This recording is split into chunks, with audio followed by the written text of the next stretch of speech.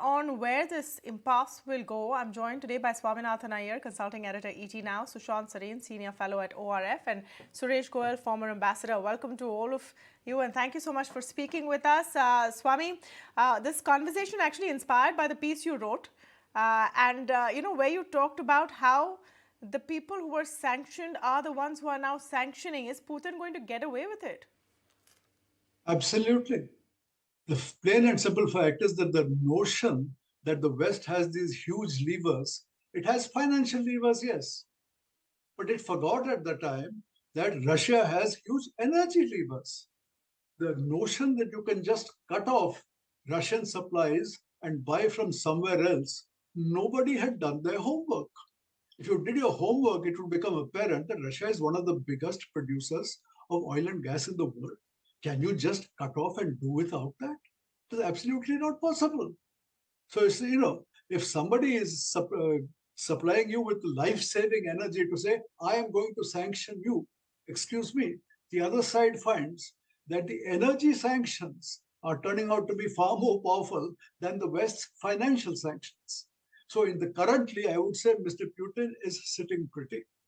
Because of whatever has happened, the price of oil and gas has risen so much that Russia is not suffering in terms of the foreign trade balance. The ruble had originally panically crashed. It has totally recovered. On the other hand, it is a British currency that is crashing. You will find that does Russia have the capacity to withstand the financial sanctions in the next 7-8 months? Yes, it does.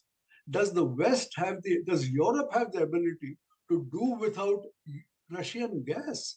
And the answer is no. It desperately needs that gas. There is no easy alternative. If you want to switch to new alternatives from other places, it takes several years to build up new LNG terminals through which you can then ship liquid natural gas to Europe. And Europe then has to set up new terminals to receive and regasify that gas. So in the next 1.5 years, there is no way Europe can do without Russian gas, despite all there's a lot of rhetoric as to how we are going to do this and we are going to do that, and how dare Russia weaponize gas supplies. And the answer, of course, is that if the West wants to weaponize finance, Russia will weaponize energy, quite obviously. So at this point of time, Russia is smiling and Europe is in trouble. And there is no easy way out for Europe in this coming winter. It's going to be in a very, very difficult time. And this then does raise the question of whether or not the West will have enough stamina to continue with the sanctions and continue with the war. But meanwhile, it's worth saying that India is a sufferer. If you have these energy prices going through the roof, India is a big importer of oil, of natural gas, liquefied natural gas, and of coal. The price of all those three have gone through the roof. India's trade deficit is now going to something like $30 billion a month, which is a crippling amount. It is not sustainable. So we are suffering in a very major way. It is not just Europe that is suffering. And it's okay if it's for a few months. If this kind of thing continues for 12, 13 months in India, our foreign exchange reserves will be under enormous pressure. So there are consequences for India too. Okay. Now, Sushant Sareen, the question is this truly energy blackmail? Because in the face of it, the Russians are saying very simply that we need to fix Nord Stream 1. The material, we need to do it, and the way to do it is becoming difficult because of sanctions you've imposed. It's a very clear tit-for-tat kind of a situation. Will this get the European Union to ease down and the West to ease down on sanctions? Look, number one, I don't agree with the word blackmail. Like Swami said, that if one side is using a certain set of instruments against or weaponizing a certain set of instruments, the other side is using whatever instruments it has and weaponizing that. So I think this should have been factored in. And I thought this was something quite unique to India, that we do not bother about the second and third and fourth order effects. But it seems that the West also is afflicted by the same malady. And frankly, if they were going to take the kind of steps they were planning or they have taken against the Russians, they should have factored in energy security. Now, at that point of time, there was a belief that they will be able to switch supplies from Middle East. Apart from the fact that it has already led to a massive spike in energy prices, it also creates a problem of shortages. Let me give you an example. Pakistan, for example, for love of money, is unable to buy any gas because the prices, number one, have shot up, shot through the roof, and nobody is ready to supply a smaller market like Pakistan. Maybe because we have longer term contracts, so our supplies are not affected, but our economy is very badly impacted by what is happening. But we are bystanders. To some extent, we are able to mitigate the effects by buying oil from the Russians. But eventually, we are going to be paying a very heavy price. So this is where we are at. I don't see how the Europeans can suddenly climb down the high horse that they have got on without a lot of loss of face. Number one. Number two, if they do not get off the high horse, then because all of them are democracies, there is going to be a huge price to be paid because energy bills have gone through the roof out there. The gas prices have tripled and quadrupled. Inflation has gone through the roof. I believe the latest number from the UK was over 20%. And it's a similar story across the rest of continental Europe. So it's not going to be easy for them. And there are street demonstrations taking place. But does this mean that the Russians have got away without having to pay any price? I think that would also be a mistake. I think there is going to be a price that the Russians are going to pay. For now, yes, they are sitting pretty. They must be chuckling their way to the bank. But I think eventually the Russians will also have to bear a significant cost for their misadventure and the downturn in their relationship with Western countries, albeit that might take a little longer than the kind of immediate crisis that Europe is facing right now. So between the two, who can hold out longer, Ambassador Goel? That seems to be the question. And another question that comes to mind, that if Russia had this massive card with it all along, that, you know, if you sanction us and if you put pressure on us, we'll just shut off the tap. Why have they taken so long to use it? Thank you very much. It's a very powerful question, difficult to answer, but I will try. First of all, let me begin by saying that there is no logic to any war.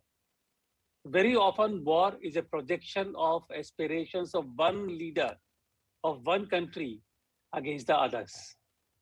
And what we are seeing now really is a European war where there is a projection of aspirations of one country against the other.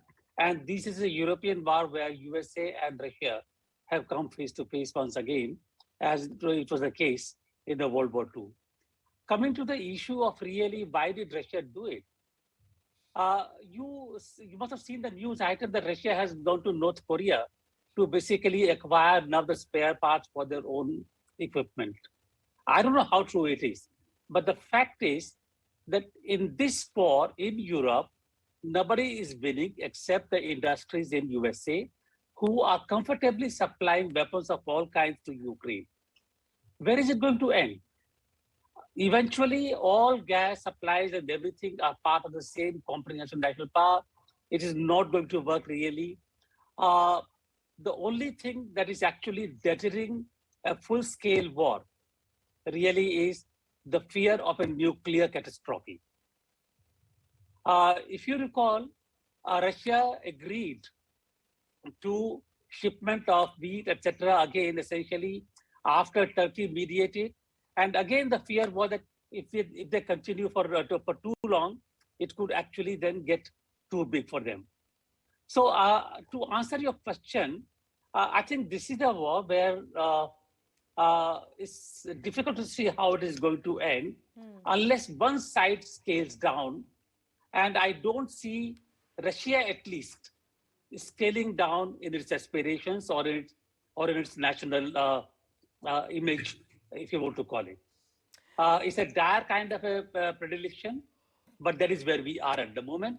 India India is in a difficult position because strategically, if it's the European war which actually occupies the attention of the USA, Taiwan is the other factor. But where does India play out in this whole game? Besides the energy security, I think we are in a very, very difficult strategic situation unless Indo-Pacific and Taiwan far outweighs what happens in Europe for the USA. And that I don't see happening. Thank you, Tamanna. So you mean in terms of attention, Sushant, your response to that point, that while the US's focus is likely to continue on Russia, Europe and Ukraine, that's not very great news for us?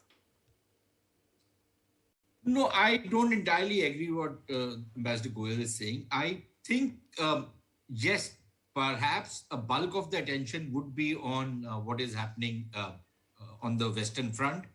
But I think the Americans are not likely to forget about the larger Eastern Front, which is a far more longer-term challenge for the US and its hegemony around the world than what Russia represents. Russia is in some ways not as significant a strategic challenge for the Americans as China is.